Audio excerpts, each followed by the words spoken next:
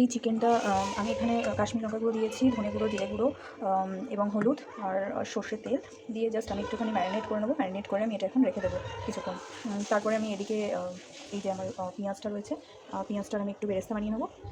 তারপরে দেখাচ্ছি। দেখো, রবিবারের দুপুরবেলা তো চিকেনের সাথে আলু না হলে কি করে হয় বলো তো? তার জন্য আমি চিকেনের মধ্যে আলুও দিয়ে দিয়েছিলাম এবং তার সাথে পেঁয়াজগুলো আমি কাটিনি, আমার বাবা পেঁয়াজগুলো কেটে দিয়েছিল।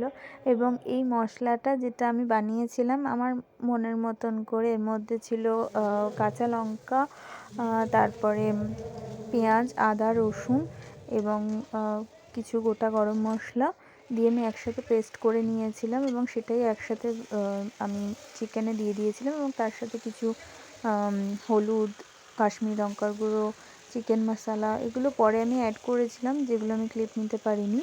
এবং নুন, চিনি যেগুলো স্বাদ মতো দেওয়া হয়েছিল সেইগুলো দিয়ে একটুখানি ড্রাই চিকেনটার টেক্সচারটা হবে। এবং সব টাইপেরই মোটামুটি মশলা দিয়েছিলাম, তাই আমি এটা নাম দিয়েছিলাম চিকেন মশলাদার। এটা আমার নিজস্ব দেওয়া, এবার যে যেরকমভাবে বানায়।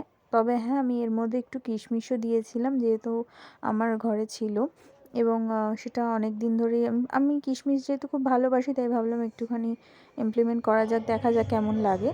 তো এই হলো আমার লাস্ট চিকেন রেসিপি এবং রবিবারটা জমে গেল। তোমাদের কেমন কাটলো?